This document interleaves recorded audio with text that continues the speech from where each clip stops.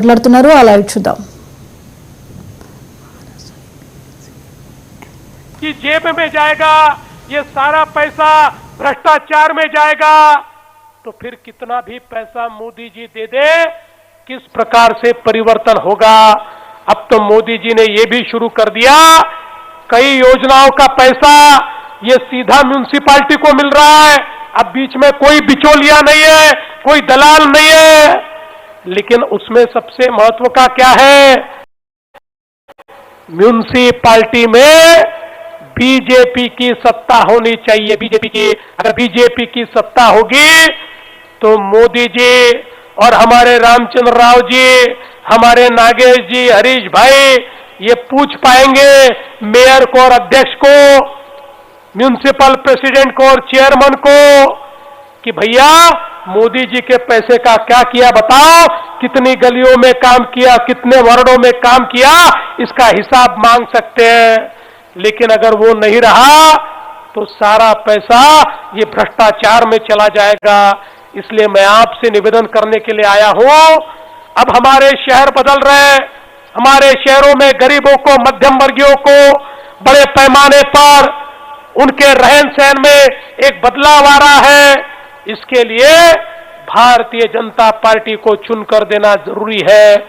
आज देखिए हमने बीजेपी को चुनकर दिया तो कितना बदलाव हो रहा है, बड़े पैमाने पर हाईवेज बन रहे हैं, हमारा रेलवे स्टेशन बदल गया, हमारे यहां पर ट्रेन के स्टॉपेजेस आ गए, हमारे अमृत भारत ट्रेन, हमारे यहां पर नई नई वंदे भारत ट्रेन ये शुरू हो गई। लोगों के आवागमन में एक बड़ा परिवर्तन आ गया और आने वाले दिनों में बेलमपल्ली से गढ़चिरौली का हाईवे भी हमको करना है। हमारे गडकरी जी को बोलकर वो हाईवे भी हम लोग कर देंगे। ये सारी चीजें, इतना जो परिवर्तन हो रहा है, ये परिवर्तन कौन कर सकता है, केवल बीजेपी कर सकती है। इसलिए दोस्तों हमारे तेलंगाना के मुख्यमंत्री तो अब तुष्टीकरण में लगे हुए हैं। उनको लगता है केवल चंद लोगों के तलवे चाट चाट कर वो यहां पर राज करते रहेंगे। और एक ऐसा खतरनाक खेल उन्होंने शुरू किया है, मैं आपको याद दिलाना चाहता हूं, इसी प्रकार का खेल एक प्रकार से आजादी के पहले कुछ कांग्रेस के नेताओं ने किया था और उसका परिणाम यह हुआ, इस देश का विभाजन हुआ और इस देश से पाकिस्तान और फिर बांग्लादेश बन गया।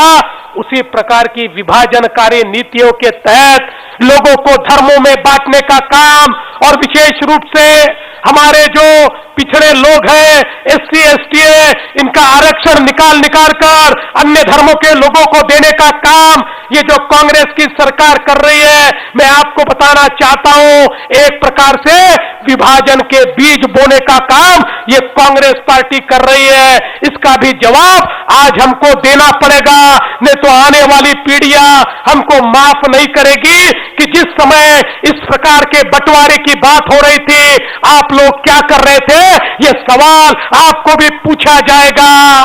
इसलिए दोस्तों आज ये जरूरी है कि यहां पर हम लोग अपने मतदान के माध्यम से भारतीय जनता पार्टी को चुनकर दे। मैं आपसे इतना ही निवेदन करता हूं कि आज देश में मोदी जी की सरकार है, अपने गांव में भी, अपने शहर में भी मोदी जी को मानने वालों की सरकार। ఇప్పటివరకు అప్డేట్స్ మరిన్ని అప్డేట్స్ తో మళ్ళీ కలుద్దాం।